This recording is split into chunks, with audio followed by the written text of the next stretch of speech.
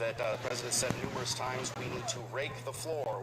There's too much tinder on the ground. One of the big reasons, as he was sitting there talking to folks there on the tarmac, he is mentioning Finland and how they have managed their forests more properly than we have, his claim anyway. So it would be interesting to be a fly on the wall where the president is being briefed with Governor Newsom there, as we've seen the largest wildfire in state history since records have been kept this year.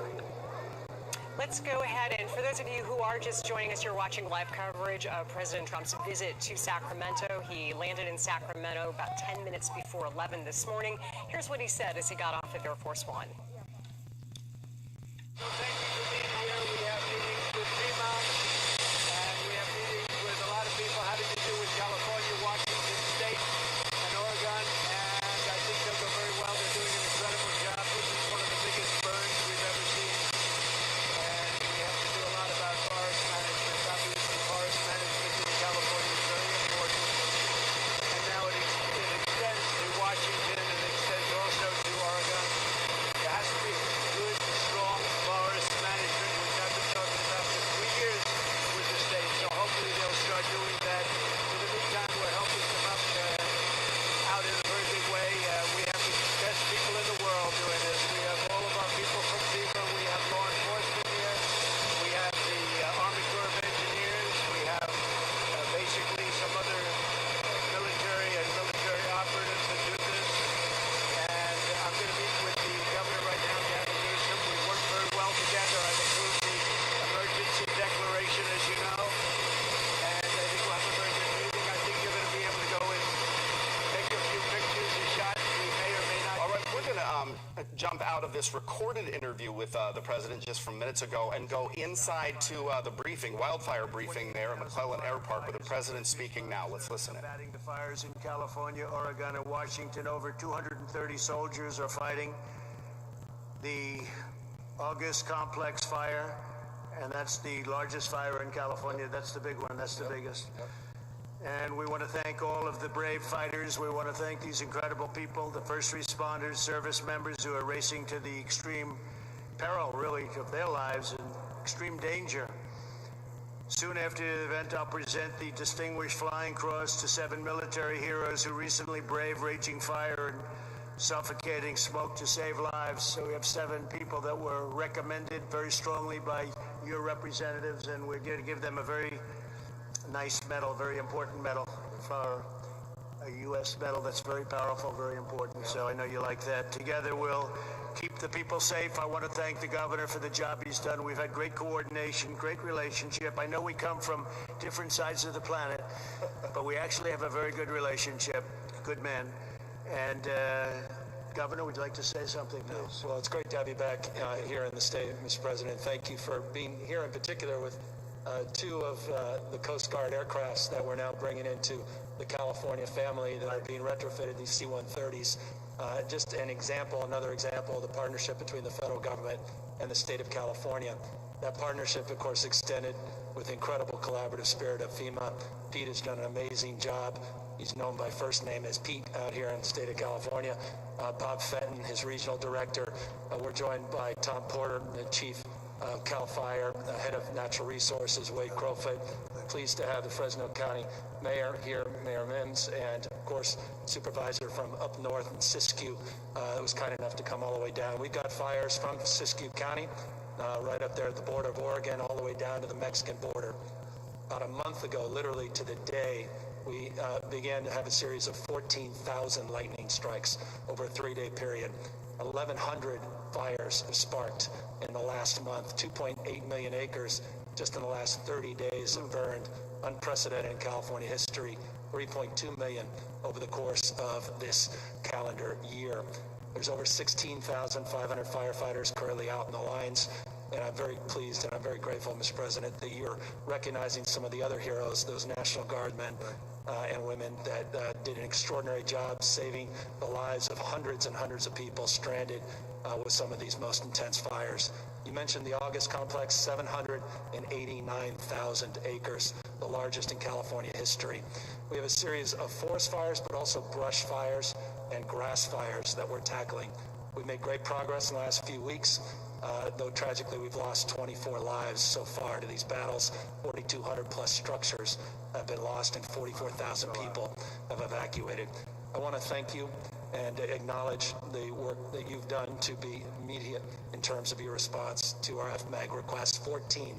We were just talking, Mark Gilladucci is the head of the Office of Emergency Services. This may be a record that the states received in the FMAG support, as well as the major disaster declaration, which you referenced on August 22nd, which was profoundly significant, not only to help us support our mutual aid system, but also individuals that are in desperate need of support. We can agree to disagree, and I appreciate your frame on the politics of this, but let me just acknowledge two things briefly, and I'll turn it back to you. There's no question when you look past this decade and looking past almost 1,000 plus years that we have not done justice on our forest management. I don't think anyone disputes that. I want to acknowledge we have our U.S. Forest Representative here. The state of California, your administration just entered into a first of its type commitment over the next 20 years to double our vegetation management and forest management. Right. I want to thank you for supporting that effort, funding that effort. We acknowledge our role and responsibility to do more in that space. But one thing is fundamental. 57% of the land in this state is federal forest land. 3% is California. So we really do need that support. We need that emphasis of engagement. And we are fully committed to working with you to advance that cause. And final point, I'd be negligent, and this is not, and we've known each other too long, and as you suggest, the working relationship I value. We obviously feel very strongly that the hots are getting hotter, the dries are getting drier. When we're having heat domes, the likes of which we've never seen in our history, the hottest August ever in the history of the state, the ferocity of these fires, the drought 5+ years, losing 163 million trees to that drought, something's happened to the plumbing of the world. And we come from a perspective, humbly, where we submit the science is in and observed evidence is self-evident, that climate change is real, and that is exacerbating this. And so I think there's an area of at least commonality on vegetation, forest management, but please respect, and I know you do, the difference of opinion out here as it relates to this fundamental issue on the issue of climate change. Absolutely. Appreciate that. Chad, please. Well, thank you, Mr. President, for coming to Sacramento today and, again, taking that decisive action that we heard the governor talk about and really pulling the full resources of the federal government here to California as well as to other areas out here in the West. Let me just reiterate the great partnership that we have between FEMA, the U.S. Forest Service, CAL FIRE, OES, the governor's office. It's really the partnership, really a model that we have out here in California that we think is just fantastic. It's getting a lot of support locally here very quickly. So I just wanted to reiterate that and say thank you to our partners for what you do every day. Let me just say they also do a great job on mutual aid. So they pull in a number of fire resources from outside of the state as well as country, for that matter. We were talking earlier about some international partners that they have here. We're happy to support that as well. And then let me just say thanks, as you did, Mr. President, to the brave firefighters and all the first responders that are responding every day to the fires that we see here. Those are the heroes of the day, and we're just happy to be part of that process, happy to support them with the resources through your office, Mr. President, and just really, again, look forward to the partnership we have here and continuing to push that along. Well, they're doing a great job, and they really have over the years. It's a tough battle, but they've never let us down. No. Incredible what they're able to do, and the risk and the danger. Pete Gaynor, please, FEMA. Sir, you're going to hear this constantly about the partnership. I can't say enough about the federal, the state, counties, tribes working together out here in California from the governor on down. It is a true team effort. And I know, through the major disaster decks and the FMAGs have allowed the governor and his team to exercise all the resources that the federal government has to protect, to respond and protect life. And that's the #1 priority. I know we're going to be working on debris removal, and then lastly, protection of the watershed to prevent follow-on disasters come the wet season. So together, I couldn't be prouder to be part of this team in California. That's great. Thank you, Pete. Great job. let everybody know what we think. Incredible job. So Wade and Tom, please. Yeah, well, from our perspective, there is amazing partnership on the ground, and there needs to be. As the governor said, we've had temperatures explode this summer. You may have learned that we broke a world record in the Death Valley, 130 degrees. But even in greater LA, 120 plus degrees. And we're seeing this warming trend make our summers warmer, but also our winters warmer as well. So I think one area of mutual agreement and priority is vegetation management. But I think we want to work with you to really recognize the changing climate and what it means to our forests, and actually work together with that science. That science is going to be key, because if we ignore that science and sort of put our head in the sand and think it's all about vegetation management, we're not going to succeed together protecting Californians. Okay. It'll start getting cooler. You just watch. I wish science agreed with you. Well, I don't think science knows, actually. Tom, please. Mr. President, if you are okay, I'd like to approach the map. Yeah, I'd love that. Okay. Thank you. And Go ahead. Governor, good? That's great. Thanks, Chief. So on my way, I'll just reiterate.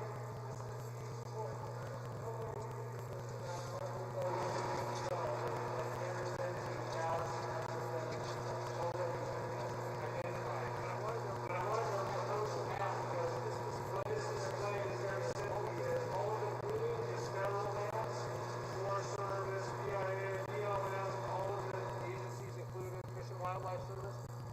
The yellow is all private land, and then that 3% you can't really see. It's scattered out here. That's the state lands. But what we have showing here is the ownership and then the fires that we're currently fighting, all the way from down near the Mexican border, within 8 miles of the Mexican border, all the way into Oregon. So we've got 1,000 miles spread between these fires. We have about, in order to put line around these fires with all the partnership we're talking about, we have to cut line, straight line in the ground from here to Chicago. So it's a lot of dirt we have to move. But And why is that? Why are you doing that? you have to put a line between the green and the black in order to put a fire out. Really? We do. So what we're seeing is in the south here, in around 2000, we had beetle kill that caused large fires, the Cedar Fire, the Old Fire, Right. the Grand Prix, huge fires in 2000. 2010s through the 15 time, massive beetle kill in this area and large fires throughout. Well, those trees have died anyway, They died from the beetle kill. from beetles, from drought. So they were largely dead, or the area was largely dead in terms of the trees? They died from the beetle kill, and now they're being burned up by the fires. Now we're also seeing here's the Do you view that differently when the trees are dead and the whole area, because I know the beetle kill has been terrible. Yes. So do you view that differently? And now you're going to be clearing it or doing whatever you're going to do? 163 million. So it's boy, it's a No, it's hell of a something. job, right? To start clearing that up. Yeah. So we focus. But those trees are dead and therefore they're very flammable. They're They explosive. are. They are. And so then we have what I'll call the asbestos forest, the redwood region. It doesn't burn more than a few hundred acres on occasion. This year we have 85,000 plus almost 60,000 plus these fires are getting into redwood as well. We're going to have over. So why is because of the thickness, the power of the tree? Why aren't they burning? They have bark that's about 2 feet thick. And they're very And wet. they're very wet. They're very resilient to fire. Are you losing some redwoods or almost Some none? redwoods are dying, but most of them will be okay. It's everything else that's getting. No kidding. That's something. I'd never heard that before. So with time they could go, but the fact is they don't go with the fires. That's a fantastic. Yeah, and they're 2,000 years old in that That area. is so incredible. It's incredible to see. Think of that, yeah. Yeah. So that's kind of the landscape. So your giant redwoods are where? What area? The giant So redwoods. we have coastal redwoods, and then we have giant sequoia, which is they're the biggest girth of a tree. And they're in good shape. They're getting burned, but they will also survive. Those ancient trees will survive. But this fire down here, the S2F complex, Will the bark regenerate on the outside eventually? the bark will continue to accumulate on the outside, and then the tree will continue to. Do you see a big difference? Yes. You see, will that change with time? Where you don't see it? Or will you always know there was a fire there? We'll always know there's boys now on the redwoods. They get scars. Yeah. Over time. That's how we can tell. Well, that in itself is a shame when you think, right? Oh, Lord. That in itself is a shame. So that's an incredible story. Thank you very much. Appreciate it. Mark, would you like to say something? Well, Mr. President, first of all, thanks for being here. The term I use here is a term I use, one team, one fight, and it really does represent everything that you're seeing today. All the agencies that we're working with before, during, and then after these disasters occur. I couldn't be more pleased. Our partnership with FEMA has been fantastic. Right now, as you mentioned, you've provided a major disaster for 11 counties within the state, different categories, and many of the people who have lost things have already started to register with FEMA, and that's been really a beneficial support to us. Right. So we appreciate that. And the mitigation is really, really critical. Since 2017, we've done 94 projects, about $138 million worth of mitigation focused on fire prevention. It's a whole variety of different kinds of projects and programs within the wildland and what we call the WUI, the Wildland Urban Interface, to try to buy down the amount of impacts that these fires are occurring. And so we really appreciate that. All these new fires and this new declaration provides additional mitigation funds, which we will turn back around and continue to support the mitigation. How many individual fires do you have? I think we have right now actively about 29 major fires. So when you add them all up, this is about as big as it's ever been, right? Yeah, 1,100 just since, think about that, 1,100 fire starts in the last 29 days with 29 complexes. So we all put them out, most of them are put out. Making tremendous progress. The three largest, they're still active. Two of them are substantially contained. The August, we have still a lot of work to do. And Governor, if I could, just for the president, this is a bar chart that shows the acreage burned over the years. Top bar is this year. And the real scary part, Mr. President, is we're only partway through the season. Right. The worst fire that you obviously visited, the Paradise Fire, happened in October. So we're still, staring down the barrel of worse fires potentially this year. We were there together. Let me ask you in Paradise. So did they have, it was like a blowtorch, right? Because the winds are 85 miles an hour. Nobody's ever seen anything like that. So that was different. Has there ever been anything like that in terms of the power and the heat? Well, I'll tell you this, sir. The creek fire that the sheriff evacuated folks from is generating some of the worst heat in Fresno and Madera counties that's ever been experienced, creating its own weather cloud that almost looked like a mushroom cloud. I see. So that creates the heat also. That's incredible. Would you like to say something, please? Yes. Well, thank you, Mr. President, for coming and visiting California. And on behalf of Fresno County, who I'm speaking for today, I want to thank you for your visit. Beginning on September 4th, our creek fire started. It impacted not only the residents, but utility infrastructure that services California. That's right.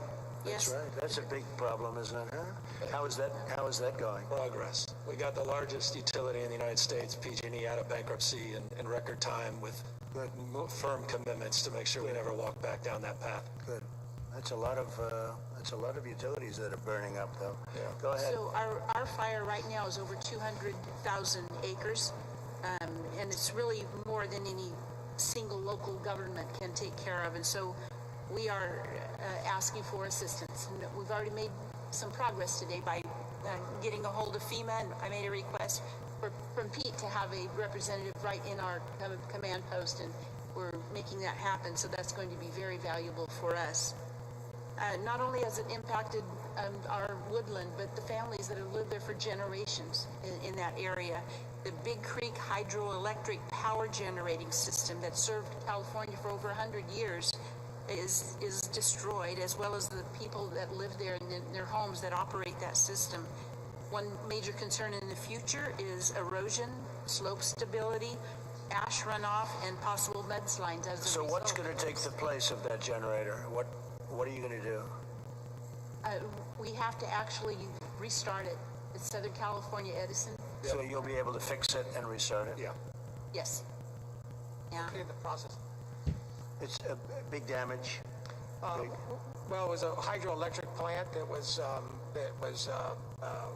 wasn't directly damaged, but there was damage leading up to the facility. I see. And so we'll mitigate all that now. I love hydroelectric. I think it's great. You must like that. I love the hydroelectric. Go ahead, please.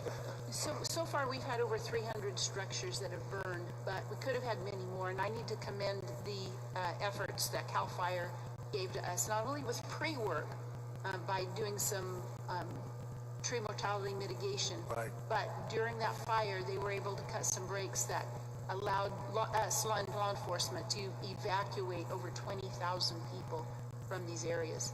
And so they just did a great job, and I am glad to report that in Fresno County, we've had no loss of life. Right. I will say that in Fresno County, we understand that we need a strong partnership with our federal government, and we are ready, willing, and able to be your partner on this. We support... and your state government. And of course. That's going good, right? Of course. We're getting what we need. I have no doubt. Good. In fact, we had to mention that. Of the areas that we've mitigated, I think in Fresno County, we got 5 of those. So you're working well with everybody? Yes. Okay. Yes. Good. Thank you very much. I appreciate it. Thank you. Please. Thank you, Mr. President, for... Thank you, Mr. President, for being here and listening to a very rural community and county in California. I'm at the far extreme end of the state up there that they were pointing to. My county continues to repeat the things that you saw in Paradise when you were there on a smaller scale. The town of Happy Camp this year is under the Slater fire that took off, and in a 24-hour period, we lost 258 structures in a very small town. Half of my population is displaced at this point in time. We have 158 homes completely destroyed. Will that population come back? Sir, that's a tough question because these are very poor people anyway, and they're living through the downturn of the timber economy at this point, and there's very low employment in this area. We are completely surrounded by federal timber at this point that needs some active forest management that would both improve the economy of the area as well as even increase the water flow that is in shortage in California in some of these places. Personally, I've come to you as a forester, elected official, and a past land manager for the U.S. Forest Service and firefighter. Right. In this area, I've worked with UC Berkeley and UC Merced on some studies. Our forests in the northern region, which historically have been pretty asbestos-like, are carrying 4 times the density that they did in 1930. So we have both the increase in brush in the wildland interface as well as the lack of management producing these extreme densities. And climate changes, and I can't do much about that. As a forester actively managing that forest, I can manipulate fuels, and I can do that in a pretty short order.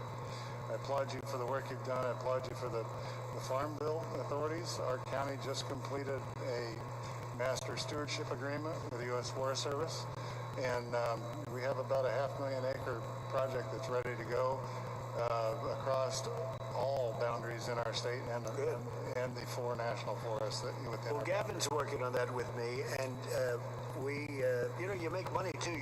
You're cutting down trees, you're thinning it out, and you're selling those trees for a lot of money, and it's really pretty good in a lot of ways. And I guess one of the things are the cuts, the big, whether it's 50 yards or 100 yards, but the cuts to stop it from spreading. And that's always tough environmentally, but they can do it in a way that's pretty good. And I think now the environmentalists have come a long way after watching this. The ones that really want to take care of a problem, they've come a long way. So they'll be thinning it out. Then you're working on a plan to thin it out. That's what the plan is right now.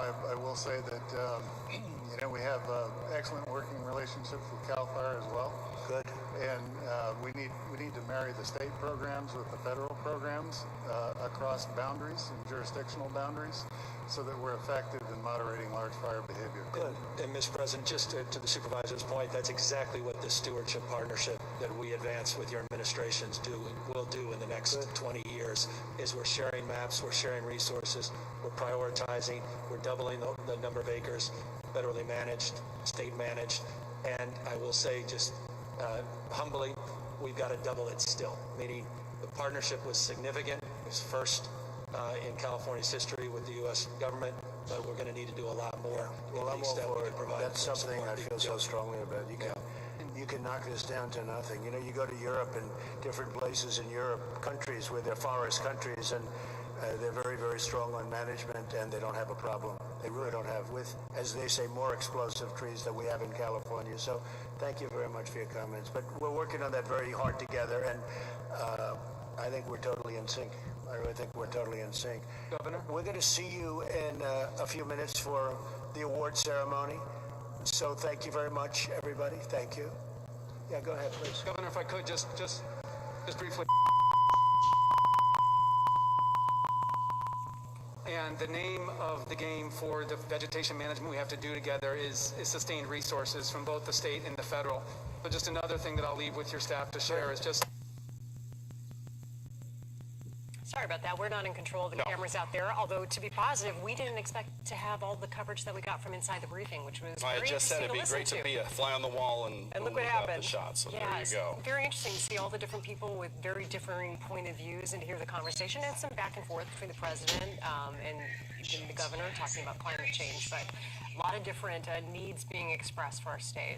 And certainly, yeah, we heard that governor there, very, complimentary of the president and the aid he's offered thus far and his willingness to do so. But Newsom also pointing out that 57% of our forests is federal land, 3% is Californians, and the governor also stating when it came to climate change, we were waiting to see if he was going to bring that up. He certainly did. He said to the president, the hots are getting hotter, dries are getting drier, hottest August in California history. Something has happened in the plumbing of the world, at least admit the science is self-evidence that climate change is real. Please respect the difference of opinion out there. The president acknowledged him and moved on to the next individual that needed to speak. But yeah, definitely our governor there letting his opinions be known for sure. You are watching live coverage right now of President Trump's visit to California, coming into Sacramento and specifically McCall Park, which is where Cal Fire is based. This is where the tankers, if you've been watching them take off, to drop retardant all over the state, they come back to Sacramento. And so McClellan Air Park is where they decided that the president would come in to meet with those local leaders, also state leaders, talking to members of Cal Fire about the needs, the realities of what they are dealing with out on those fire lines. And the president did come in at around, what was it, about 10:50? Yeah, right around 10:50. Touchdown coming in from Las Vegas, and this is a pretty quick visit. He will not leave McClellan Air Park today. He has spent the last hour talking to some of the reporters who are out on the tarmac, including Mike DeSalle and Mike Lurie, and got the briefing, and then we'll basically be taking part in a ceremony and then be taking off within the hour we expect. Yeah, we want to go outside of McClellan Air Park where there have been some demonstrations. We understand that at one point a car nudged or hit someone. We understand some people are getting rough with another car. Mickey Gonzalez is out there. What do we know? Yes. Yeah, Teo, this just happened about a minute ago. A red truck just went through demonstrators here. These demonstrators have been walking around and marching. You can see, Brian, if you just go right here to the left, I believe that's the demonstrator that is sitting on the ground that was hurt by that truck that went through.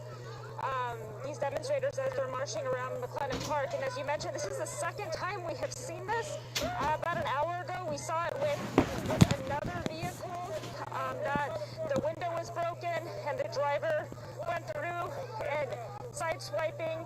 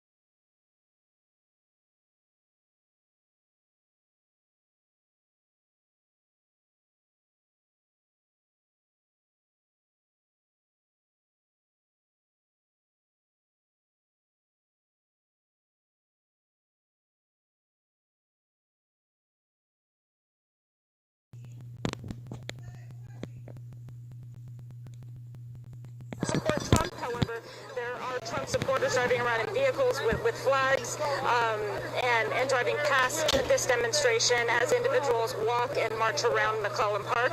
So they are interacting with each other, some in vehicles and some by foot, but they are interacting with each other. But what you're seeing right now, this crowd are you see signs Biden-Harris and individuals who do not support the president.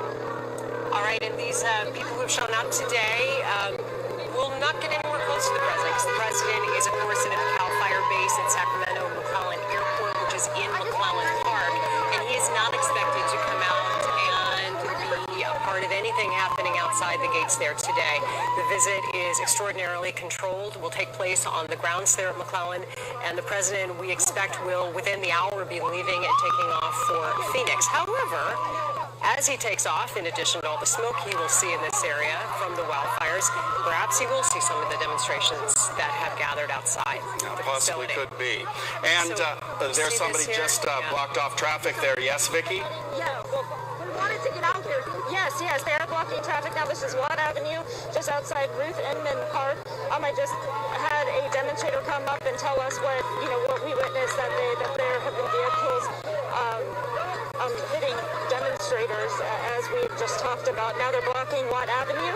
This is, I believe it is going away from McClellan Park, away from Business 80 right now, and this is happening. And as we cover these, as you know, this is a fluid situation. Things can change at a moment's notice, and we are here marching along with them and kind of documenting what is happening. But at this time, yes, Watt Avenue is closed. There are demonstrators just blocking the roadway. Which is a pretty big street. It certainly is, and you've covered a number of these protests over the past several months. Most of the folks that become violent, usually it happens at night.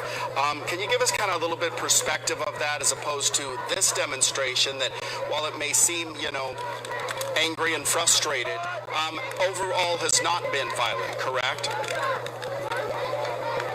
Yes, that is correct. There are instances where someone who supports the president will walk through this crowd and there will be shouting, but there isn't anything physical. There isn't hitting or pushing or shoving or anything like that.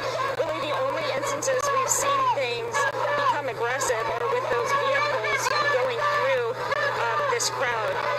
But it is loud, clearly. They have a message. They're angry. They're expressing themselves. But I haven't seen, physical confrontation between individuals. We have seen the use of those who don't. We have seen the use of vehicles as a way to exert some force. And Vicki, we're going to go ahead and roll some video right now of a red pickup truck that you watched going through an intersection and basically pushing its way through some people who had gathered there in the street. They continue to then chase the red truck. Tell us more about that. Yes, and that happened not too long ago. That was outside the VA outpatient clinic, just before they made the turn to where we're at now. And there was a red truck. I was right next to it on the sidewalk. The red truck wanted to get through, I think, to get out, and it appeared that the driver was frustrated by the crowd of people and used their red truck to get through when people were standing in front of that truck. And then demonstrators went after the truck. And we did see at least one demonstrator on the ground that appeared to have been injured by that incident, but they were treated on scene by fellow demonstrators, and I believe they're walking around. Now, we didn't see an ambulance come like the first incident with the vehicle, but we did see someone taken away by an ambulance. All right, you got a number of cars there blocked by this blue car with emblazoned with the words Black Lives Matter on it, that is kind of pulled parallel into traffic to block a number. They're all standing in there so folks can. Is this on both sides of Watt, or are we seeing more people move on the other side? It looks like it.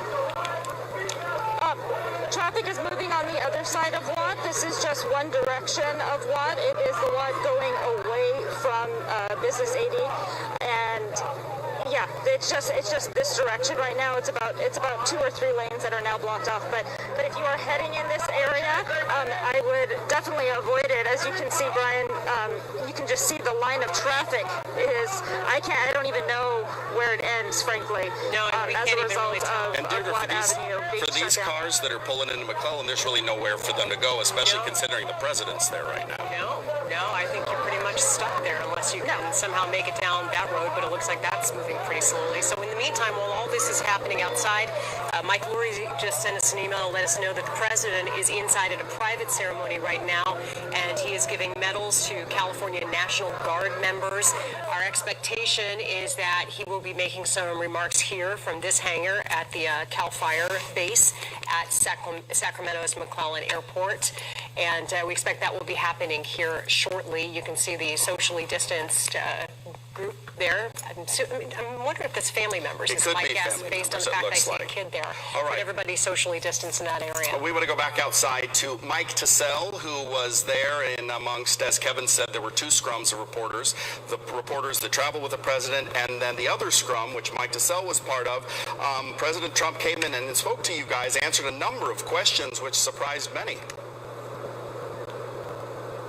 Yeah, and we've had to move our location because originally we were in a secured location much closer to Air Force One, so we could see the arrival of the president. We've now been moved outside of that perimeter to an area where, quite frankly, some of the supporters have been able to get a vantage point. In fact, if we pan over here to the left, I'm going to step out of the way, and you zoom in right along the fence line, and you can see a fair number of the president's supporters there up against the fence, several dozen in that spot, and that's not the only spot. In fact, if we continue to swing around to the right, John, it's going to be a long distance shot, but if you go to the other end of this parking lot, you're going to see the flags. That's all right outside of the McClellan Jet Services Center. So there are dozens upon dozens upon dozens upon dozens of Trump supporters where there are not counter demonstrators at this point in time. So there are a fair number of those who came out here, some of them as early as 6 o'clock this morning, to be here, be in position, hopefully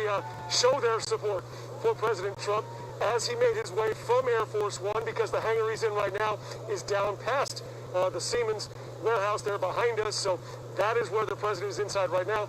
These Trump supporters hoping to get a wave, perhaps, from the president as he makes his way back to Air Force One. That is why we're remaining in our location, is to be able to have that vantage point when the president is moving back towards Air Force One. And again, as you mentioned, he does have to get to Arizona. He's on somewhat of a schedule, so we're expecting that to happen here within the next 30 minutes or so. But again, all of his timing all depends on how long he takes at each stop, and given how long, you mentioned earlier, how much he stopped to talk with both the normal traveling pool media that's always with him and the local pool. He also talked to the pre-credentialed media that was in the secondary location at length. So it'll be interesting to see how many more remarks he gives before he boards Air Force One. And again, we'll show you our vantage point just so you can see where we're waiting to be standby, just to see the departure of Air Force One once the president wraps up his visit here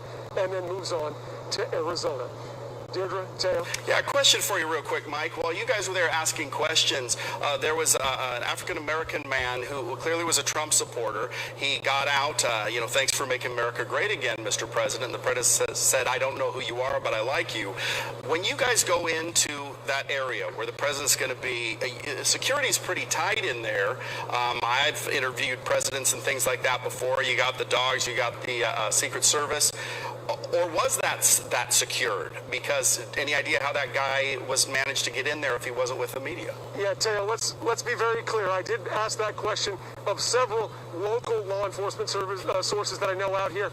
None of that was by happenstance. They didn't sneak in to the media pool, so to speak. They didn't jump the fence.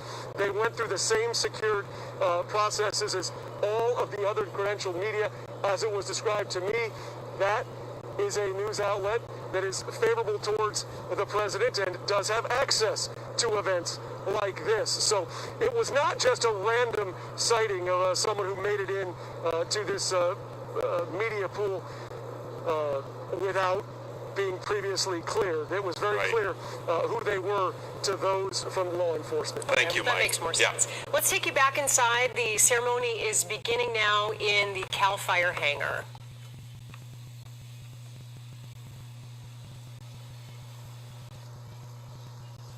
Thank you very much. It's a great honor. And this is a beautiful aircraft we're looking at. Look at that beautiful, very expensive plane for good reason. Today it's my profound honor to award 7 extraordinary soldiers with the Distinguished Flying Cross for their remarkable courage to rescue their fellow citizens.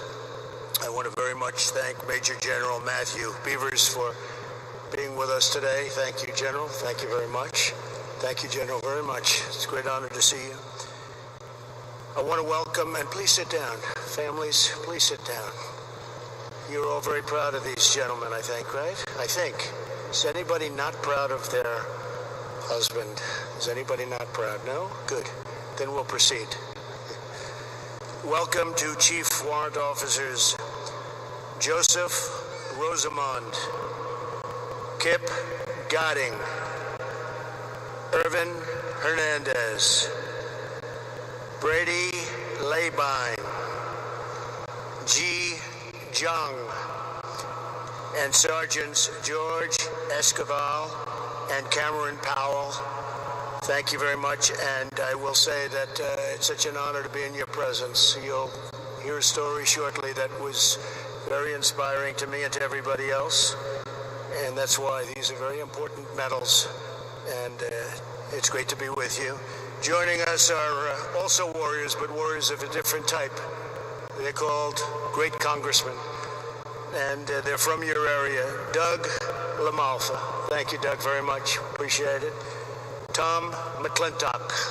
Thanks, Tom. Doing a great job. And Greg Walden, and we'll miss you, Greg. I can't believe you're not going to be there. He's retiring, undefeated. Nobody would defeat him. And but it's a great honor, and it's really been fantastic working with Greg. We worked on something in particular, Right to Try, right, Greg? And we got it done. After 44 years, we got it done. So thank you very much. Just over 1 week ago, these brave pilots and crew members of the California Army National Guard embarked on a harrowing mission. As the sun set on September 5th, they boarded 2 helicopters that are behind me. Then they flew into blazing flames, raging wind, and it was raging, and blinding smoke to rescue families who were trapped by the massive creek fire at the Mammoth Pool campground. While they were on their way to the campground, the crew received word from state and local officials and headquarters that it was far too dangerous to continue the mission. Turn back. But they decided to continue anyway, knowing they might not return. They knew that people were in danger, great danger. As night set in, they could see almost nothing through the miles of dense smoke. Using their night goggles and their expert navigation skill, they reached the camp. They found the stranded families, many of whom were badly burned and injured, and they loaded them, as many as they could, onto the 2 helicopters. Then they made the perilous flight back to the base. As soon as they unloaded the passengers, they again risked their lives and flew back into the blazing fire to rescue more victims. Their superiors said, "You cannot do this. You cannot do it again." They did it. The smoke had become even more overpowering, yet they returned a 3rd time. After 10 grueling hours, they completed their mission, having saved the lives of an astounding 242 people. We are proud of them.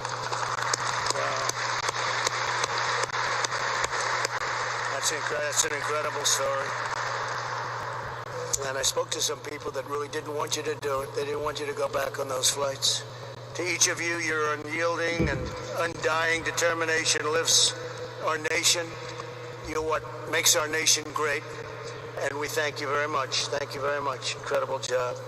Over the last week, these devoted soldiers have continued to rescue more stranded individuals from danger.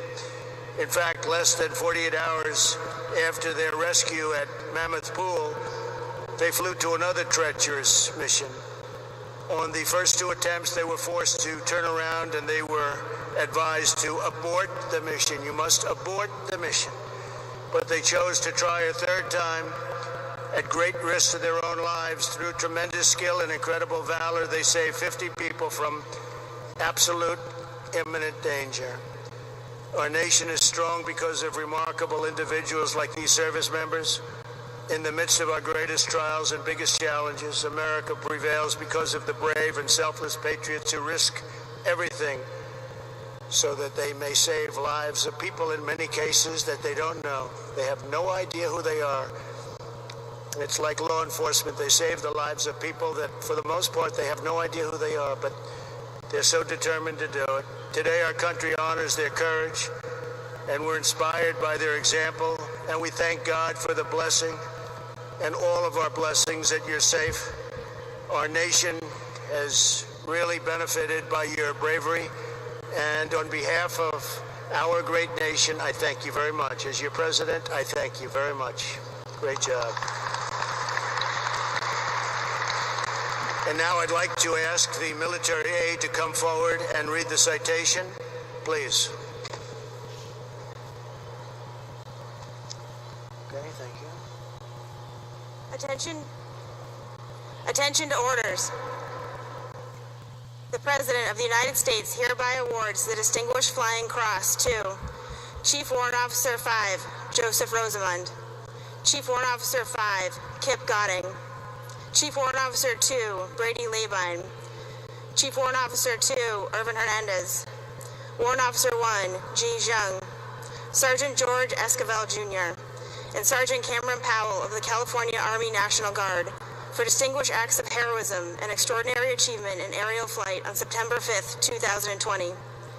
The brave actions and superior airmanship of these soldiers resulted in the successful rescue of 242 adults and children from the rapidly developing Creek Fire in Central California. Their actions are in keeping with the highest military traditions of selfless service, honor, and personal courage, and reflects great credit upon themselves, the 40th Combat Aviation Brigade, the California Army National Guard, and the United States Army.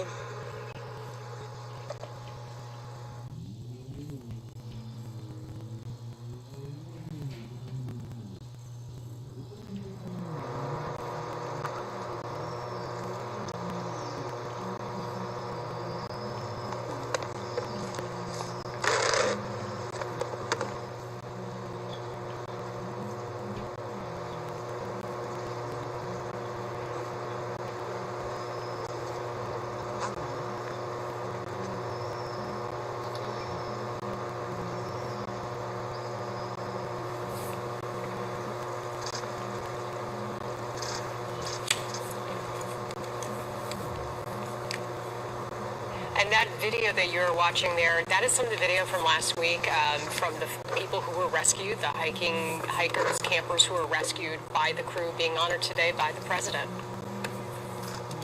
He's bestowing 7 medals right now. Quite an honor for these brave men. And it was quite a story. It was quite a story. I mean, still pictures of the people who were crowded together on the plane, and just such a terrifying night. And it's interesting, the president referencing that there were some people who said, I don't think we should be flying into that. And this crew said, nope, we're going back in. They tried it a few times, yeah. They did, They certainly did, and they were successful. And you saw those smiling faces of the people rescued. Just beaming ear to ear there, for sure.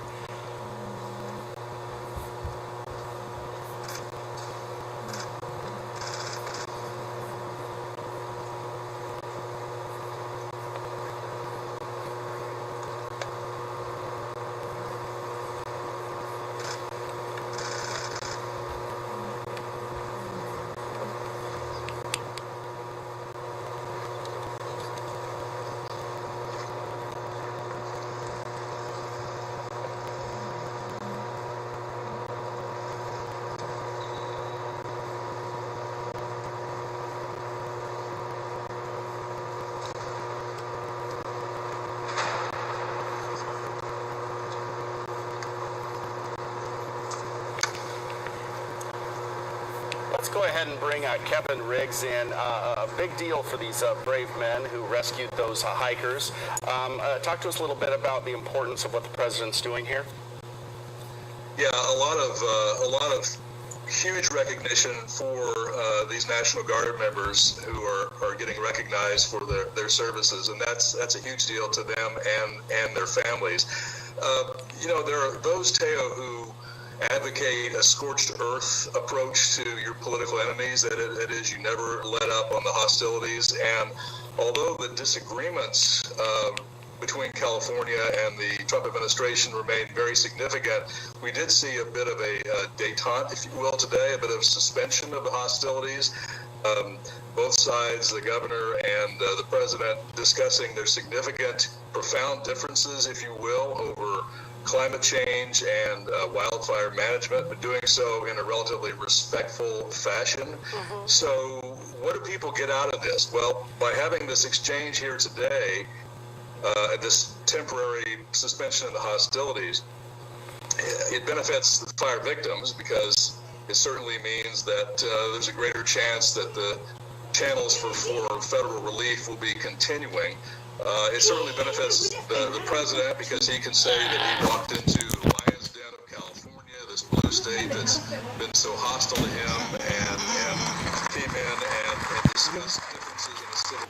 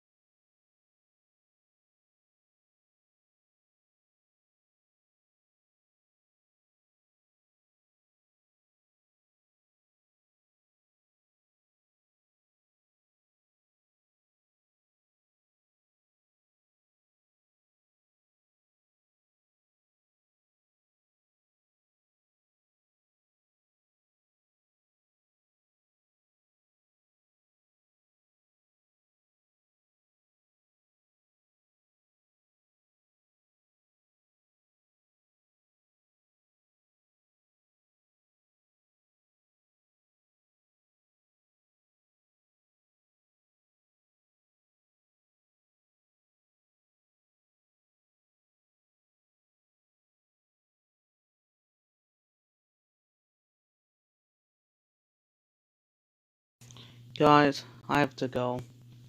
I have to do school online. I hope you enjoyed that live conversation. I might have to go. See you guys later.